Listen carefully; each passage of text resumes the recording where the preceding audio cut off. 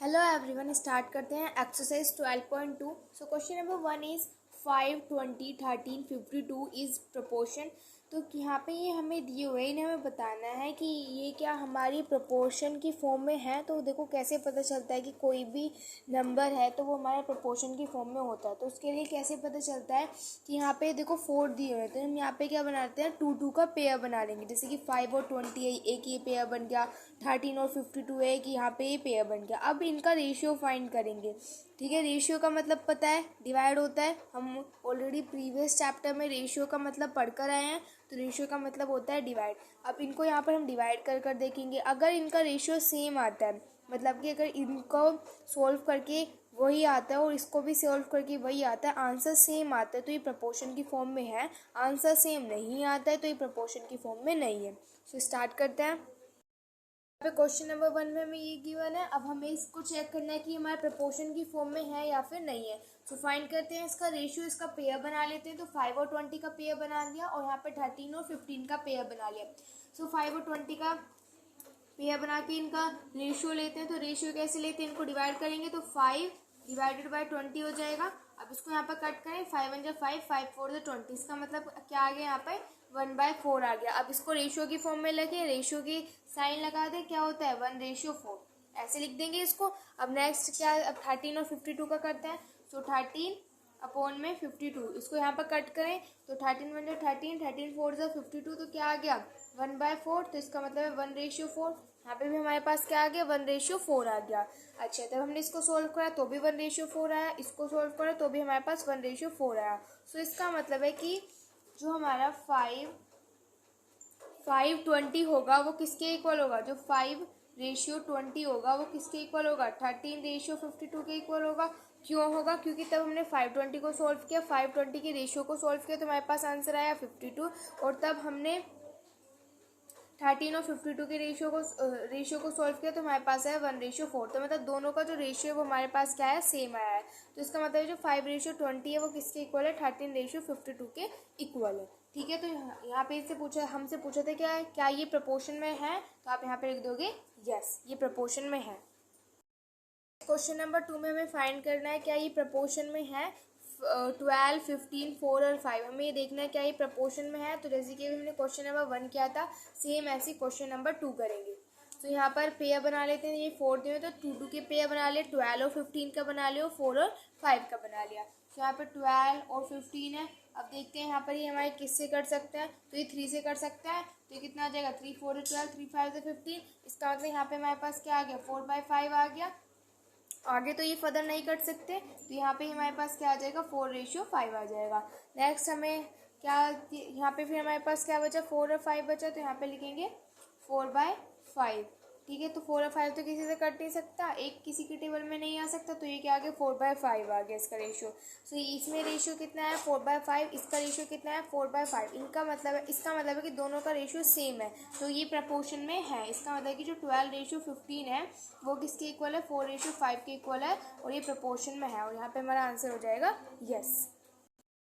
Question number 3 में हमें बताना है क्या ये हमारे प्रपोर्शन में है। तो क्या दिया, 25 centimetre to 2 metre and 225 second to 30 minute, ये हमें यहाँ पे दिया हुआ है। तब हमें चेक करना है क्या ये हमारे प्रपोर्शन में है। सो देखो कैसे चेक करेंगे, जैसे कि अभी हमने क्वेश्चन नंबर 1 और 2 किया है ना, सेम ऐसे क्वेश्चन नंबर 3 भी करेंगे। तो यहाँ पे अगर हम इसको ध्यान से देखें, इनकी यूनिट्स को अगर हम सबसे पहले देखें तो यहाँ पे क्या दिया, 25 सेंटीमीटर है और यहाँ पे हमारा मीटर है। तो सबसे पहले हमें क्या चेंज करना पड़ेगा, इनकी जो यूनिट्स है इनको सेम करना पड़ेगा। सो इनकी यूनिट्स को कैसे सेम करेंगे, हमें पता है कि 1 मीटर में कितने सेंटीमीटर होते हैं, 100 सेंटीमीटर होते हैं। अगर मुझे ये जो 25 सेंटीमीटर है ऐसे मीटर में चेंज करना है तो मैं इसकी मल्टीप्लाई 100 से कर दूंगी। 25 की मल्टीप्लाई 100 से करेंगे तो कितना आ जाएगा, 2500 आ जाएगा। तो इसका मतलब है कि यहाँ पे कितना हो जाएगा, ये 2500।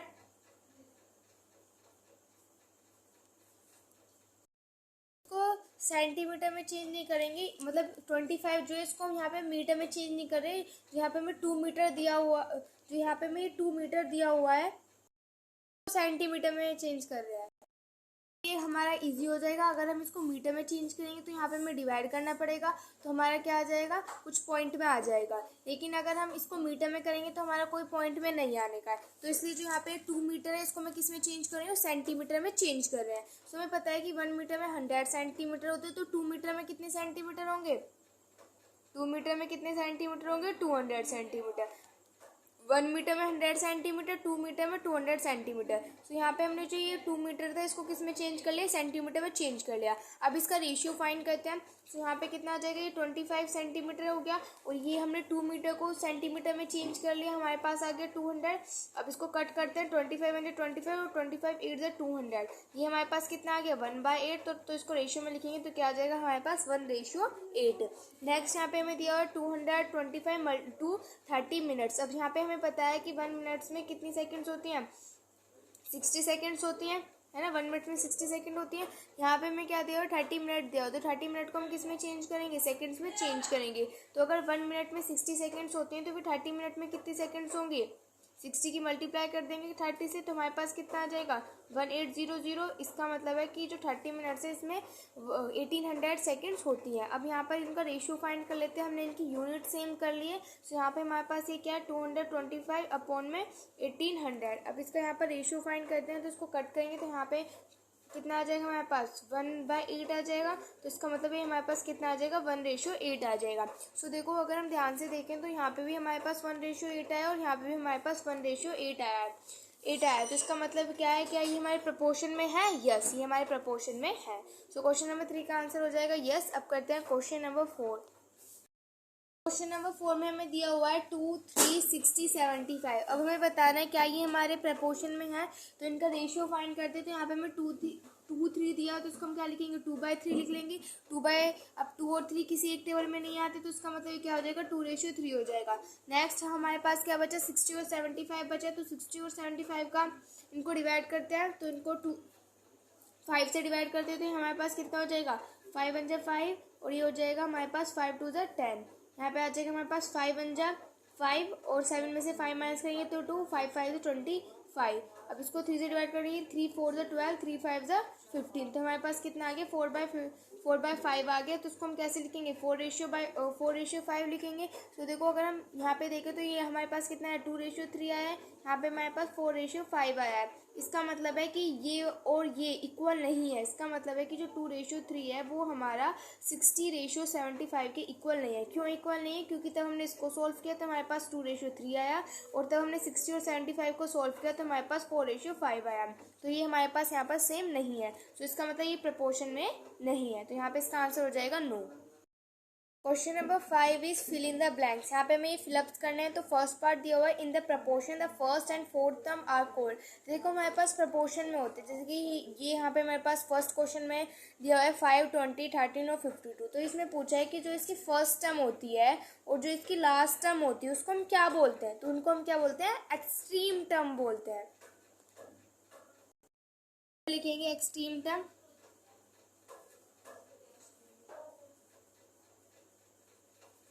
तो ये हो जाएगा इसका फर्स्ट पार्ट। अब इसका सेकंड पार्ट,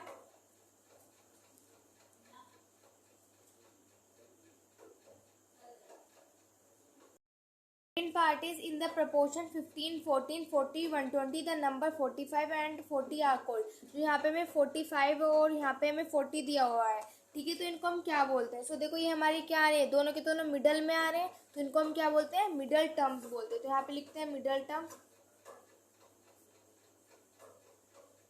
तो यहाँ पे इसका आंसर क्या हो जाएगा, मिडल टर्म।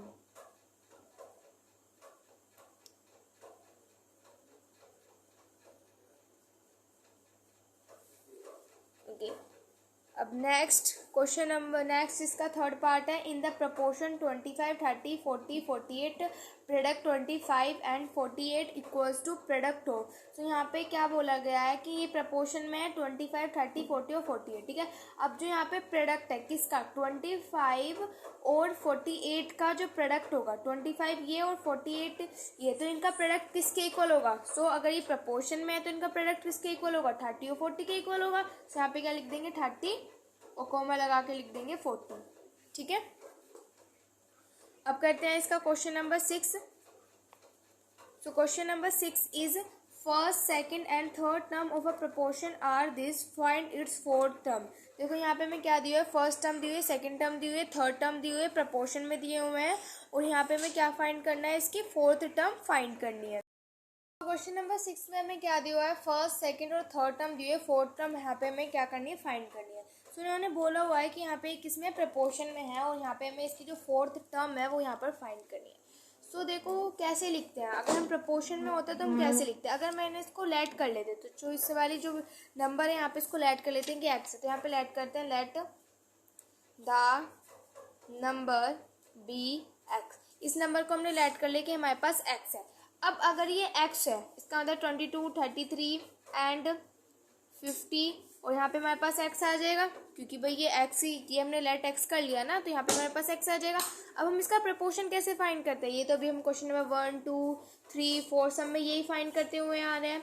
तो यहाँ पे इसको कैसे लिखेंगे, 22/33, ये किसके इक्वल हो जाएगा, 50/x।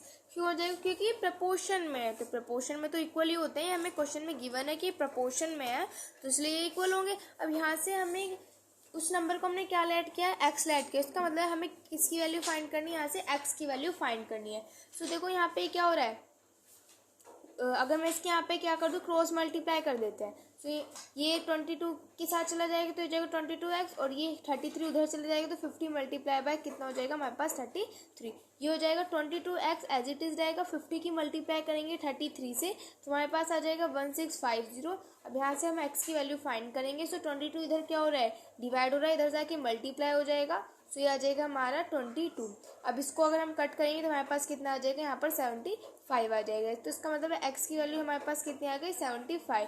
और तो वो नंबर हमने क्या लेट किया होता है, एक्स लेट किया होता है, तो एक्स वो हमारे पास यहाँ पर क्या आ जाएगा, 75 आ जाएगा। सो ये हो जाएगा क्वेश्चन नंबर 6। अब करते हैं next question. Question number 7 is x ratio 45 ratio 4 ratio 15 then find the value of x। तो देखो अभी हमने क्वेश्चन नंबर 6 में भी वही किया था कि x की वैल्यू फाइंड की थी, क्वेश्चन नंबर 7 में भी हमें x की वैल्यू फाइंड करनी है।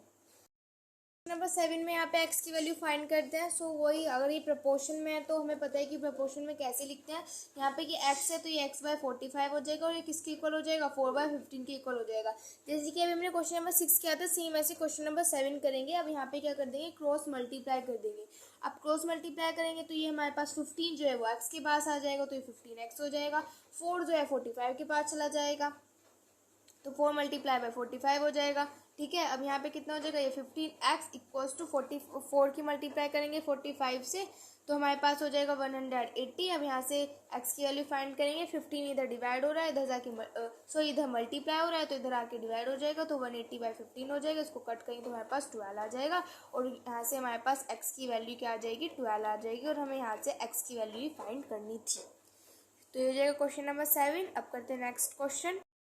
क्वेश्चन नंबर 8 में भी यहाँ पे हमें ये जो x दिया है इसकी यहाँ पे वैल्यू फाइंड करनी थी प्रपोर्शन में, तो इसका मतलब 8/x इक्वल्स टू 4/9 हो जाएगा। अब यहाँ पे 9 क्रॉस मल्टीप्लाई कर दें तो 9 की मल्टीप्लाई 8 से हो जाएगी, और फिर 4 के साथ हमारे पास x आ जाएगा, तो 9 8 72, 4 की मल्टीप्लाई x से होगी 4x 72, और 4 यहाँ पे किधर क्या हो रहा है, मल्टीप्लाई हो रहा है, इधर आके डिवाइड हो जाएगा, तो यहाँ से हमारे पास इसको कट करेंगे तो हमारे पास कितना आ जाएगा, 18 आ जाएगा। तो इसका मतलब है कि जो x है, x की वैल्यू क्या आ गई, हमारे पास 18 आ गई, और हमें x की वैल्यू फाइंड करनी थी। तो क्वेश्चन नंबर 8 का आंसर क्या हो जाएगा, 18। अब करते हैं next question. Question number 9 is match the following in 2 columns. यहाँ पे मैं ये मैचिंग करनी है। तो यहाँ पे a जो है वो फर्स्ट टर्म है, b यहाँ पे सेकेंड टर्म है, सी हमारे पास थर्ड टर्म है, और डी हमारे पास फोर्थ नॉन जीरो टर्म है। इसका मतलब जीरो नहीं है, जीरो के अलावा कोई और भी हो सकता है, 1 2 3 4 इस तरीके से कोई और नंबर हो सकता है, लेकिन जीरो नहीं है। ठीक है, अब यहाँ पर क्या दिया है फर्स्ट पार्ट में, ए और डी क्या होंगे। सो देखो ये हमारे किस चीज़ में होगा, ए बी सी डी दिया हो, तो इसका मतलब ये हमारे किस में होगा, A ratio B ratio C ratio D, इस तरीके से होगा ये हमारे पास, यही हो जाएगा। अब यहाँ पर तो ए और डी हमारे पास क्या होंगे, ए और डी। तो ये तो अभी हम जो एक फिलअप था फर्स्ट वाला क्वेश्चन नंबर 5 का फर्स्ट पार्ट में यही सेम क्वेश्चन था, अब यहाँ पे भी यही सेम क्वेश्चन है। तो यहाँ पे जो ये ए होगा और डी होगा तो इसको हम क्या बोलते हैं, एक्सट्रीम टर्म बोलते हैं। इसका मतलब फर्स्ट का आंसर क्या हो जाएगा, सी।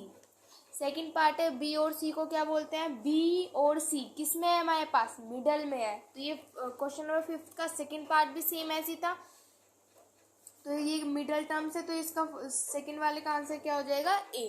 थर्ड है हमारे पास A D which is the product of extreme is equal to, A D है, ये जो ए और डी है ये किसके इक्वल होगा भाई, अगर ये प्रोपोर्शन में है तो ए और डी किसके इक्वल होगा, बी और सी के इक्वल होगा। तो यहाँ पे इसका थर्ड वाले का आंसर क्या हो जाएगा, बी। ठीक है, सो फर्स्ट का सी, सेकंड का ए और थर्ड का बी, ये हो जाएगा क्वेश्चन नंबर 9 का आंसर। और यहाँ पे हमारी एक्सरसाइज 12.2 होती है फिनिश। अब हम स्टार्ट करेंगे अपनी new exercise but in the next video. If you not subscribe my channel please make sure to subscribe my channel. Thanks for watching.